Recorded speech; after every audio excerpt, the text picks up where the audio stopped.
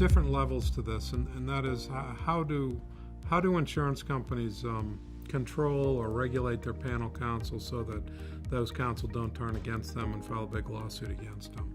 And they control this in a number of different ways.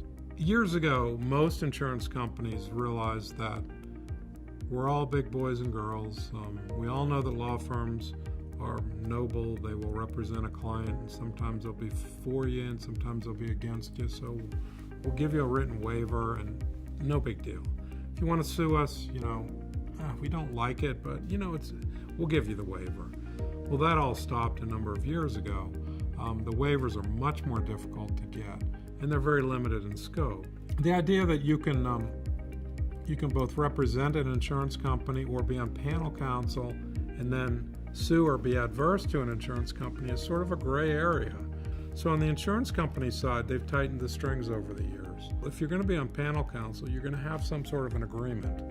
Okay, and why would a law firm sign that agreement? Well, quite frankly, it's advantageous to be on panel counsel if you're defending big cases. I mean, you want to be the person listed that the insurance company will pay for because the client will be happy and you can practice law and do a good job doing it. So you want to be on that list if you're a big an important lawyer at a big law firm.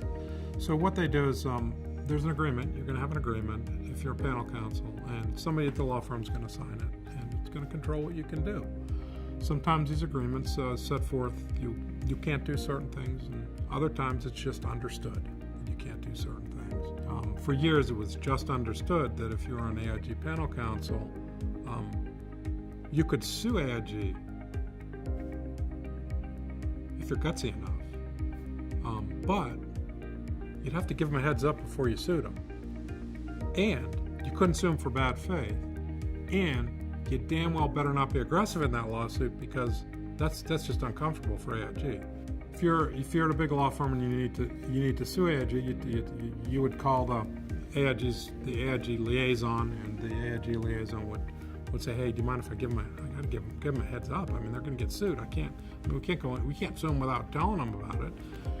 And you might say, as a lawyer doing the insurance work, well, there is a big issue with forum and choice of forum. By that, we need to be in this jurisdiction to win.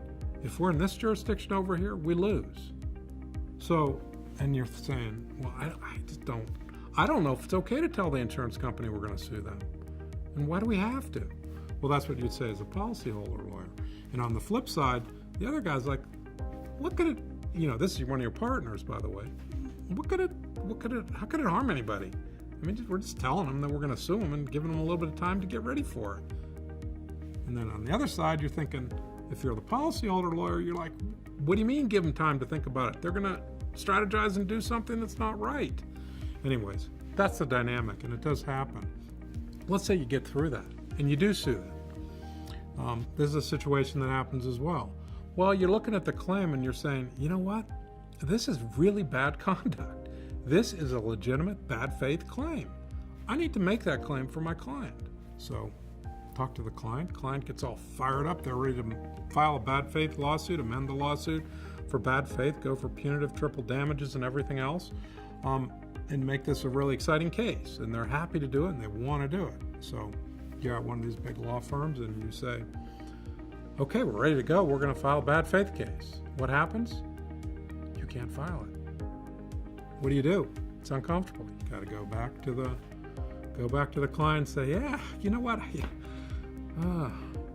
Can't do it. And what does the client say? What the hell are you talking about? What do you mean you can't do it? So that's the kind of dynamic that happens. And of course, there's ways around that. You can hire bad faith counsel, you can do this, you can do that. But at the end of the day, if the insurance company is upset, your law firm's not going to get as much business or they're going to get cut off.